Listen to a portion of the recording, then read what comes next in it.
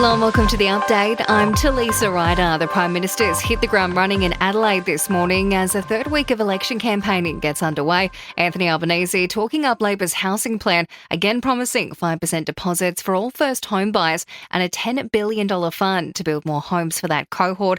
He shot down suggestions the new spending announcements will blow the budget out.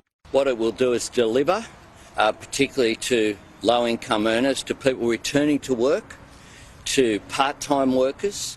We think it will have a positive impact on workforce participation. Meanwhile, Peter Dutton's in Brisbane promising tax-deductible interest payments for first-timers. Donald Trump warns no country will be getting off the hook on tariffs despite a 90-day reprieve on some levies and exemptions for Chinese tech. Global markets have been on a roller coaster since the tariffs announcement, with a baseline 10% duty now in effect for most nations. The US president apparently willing to cut deals, including with China, but the terms are still unclear.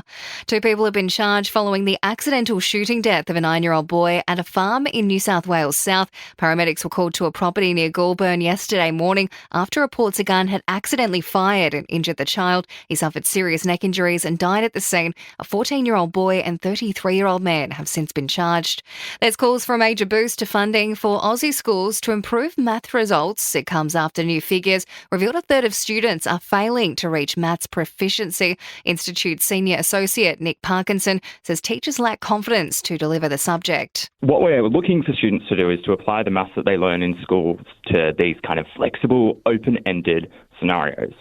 But that's actually a really bad way to start maths teaching. What the evidence suggests is that students need lots of explicit instruction. And King Charles and Queen Camilla have attended a church service in Scotland where they heard a new piece of music celebrating their 20th wedding anniversary. The couple marked their anniversary last week during their 4-day state visit to Italy. Sport and entertainment are next.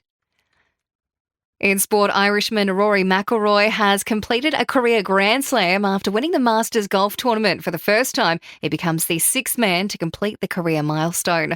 In AFL, Hawks coach Sam Mitchell says his side's been taught a lesson after losing to Port Adelaide. It's their first loss of the season, with Mitchell conceding they're still figuring out what went wrong. And Oscar Piastri has proven he's a class of his own after taking the checkered flag in Bahrain, his second race win of the Formula One season. In entertainment news, Green Day's set at Coachella has come to a terrifying end after a rogue firework shot off into the crowd of people and set a palm tree on fire. It's unclear if anyone was injured. Katy Perry is preparing to blast off into space on Blue Origin's historic all-female spaceflight. Gayle King and Lauren Sanchez, the fiancé of Blue Origin founder Jeff Bezos, will also be on board. And Lizzo has thrown shade at Donald Trump during her Saturday Night Live appearance. She performed a medley of Love in Real Life and Still Bad while wearing a top that read Terrified. And that's the latest from the Nova Podcast newsroom. We'll have another episode of The Update for you later on.